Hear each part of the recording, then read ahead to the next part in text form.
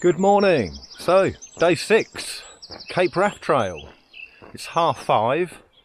Just left Gerry's hostel. Bit of a shorter day today. Off to Kinlochewe. I've got a 10-mile walk. The reason why I've left so early is I want to catch the post office at Kinlochewe, which is open from 9 to 11, because I've sent myself a food parcel there.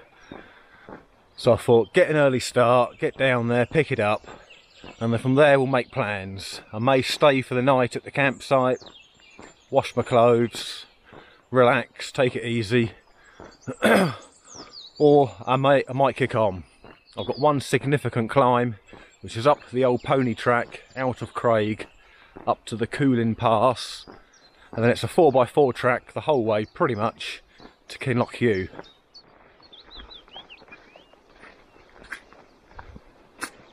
It's steep.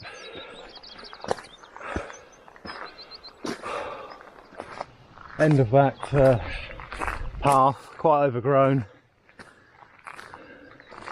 Onto a 4x4 now. But there's a lot of bashing through branches in there, so I was a bit paranoid about getting ticks. I checked myself over last night in the shower. Haven't got a single tick on me the whole trip so far. And I'm putting that down to the spray I treat my clothes with before I come away. That's the only thing I can think of.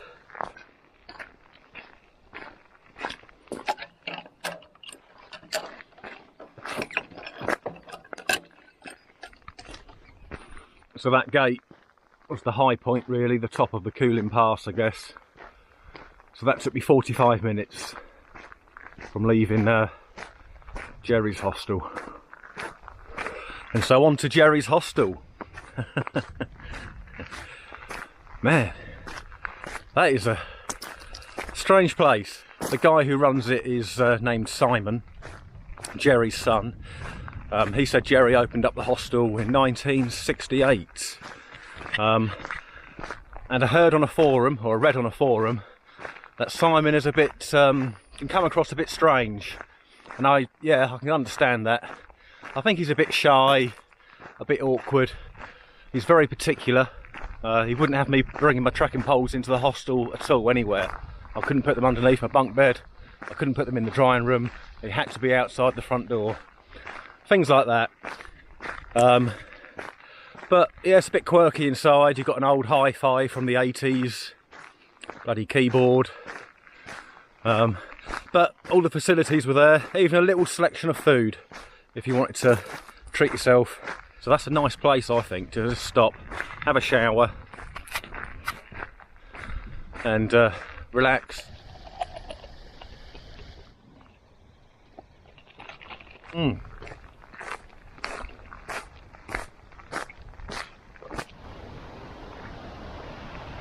So this here is the River Coolin. And actually over there, look, and over there, you could camp on that. Very nice. So, Cape Wrath, day 6. In terms of how my body's coping,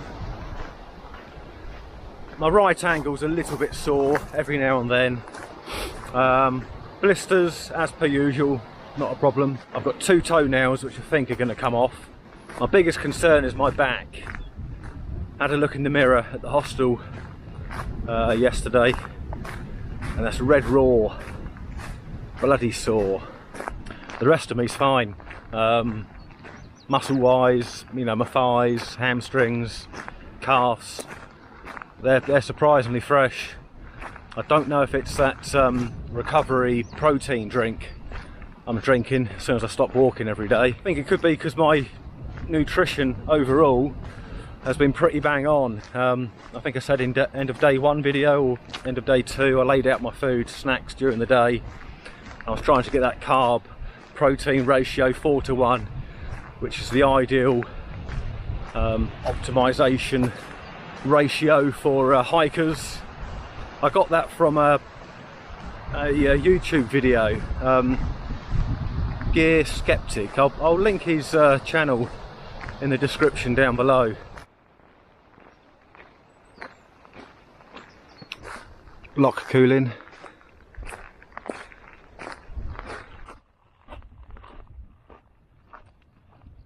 By the end of day 2, I'd got over the fear and the worry about having wet feet. You just got to accept it. If you're going to do the Cape Wrath, you're going to have wet feet every day. The trackless boggy sections, I wasn't looking forward to them.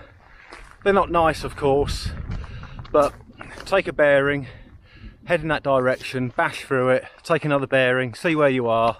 Before you know it, you picked up a 4x4 track again, or a mountain path. I haven't had too much rain to cope with, so I can't comment on that. My confidence did take a bit of a beating with the camping situation, with that storm the other night. So I've got to be careful where I pitch up, I think. I'm not going to lie, I have thought about quitting every day. I think the way to come over that hurdle is just to break the rest of the route into smaller sections.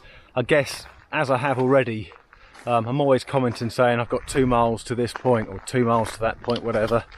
Just break it down. And before you know it, you're putting the mileage in and you're completing another day. So, let's see.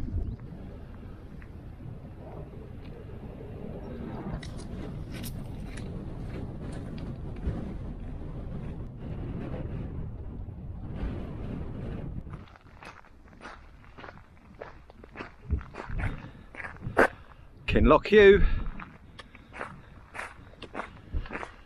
I'm going to skirt down, divert off the official path and pick up that road, which is the North Coast 500, which the Cape Wrath does keep crossing for several points, I've noticed.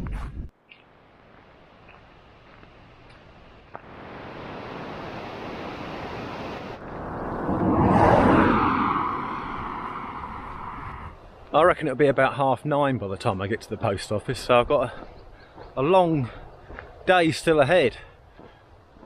I don't know what to do.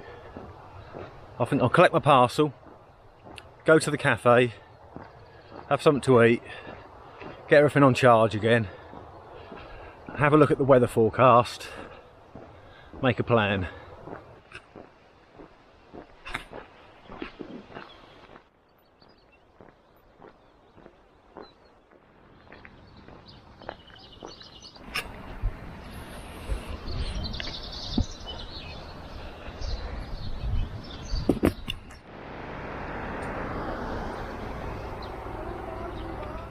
All set up then at Kinlochewe campsite. Got my parcel successfully from the post office. Went to the garage, which has a cafe attached to it. Had a nice bit of grub in there. And then I lifted up my t-shirt and had a look, and my back was absolutely horrendous. The staff in the garage are very helpful. They give me contact details for the doctors and recommended all sorts of ointments for me, so I've got some Savlon slapped on it. There's probably a picture on the screen right now. It's very sore. I think it's a sweat build up in the base layer I was wearing. I want to continue, my body feels really good, but my back is dry and cracked and sore.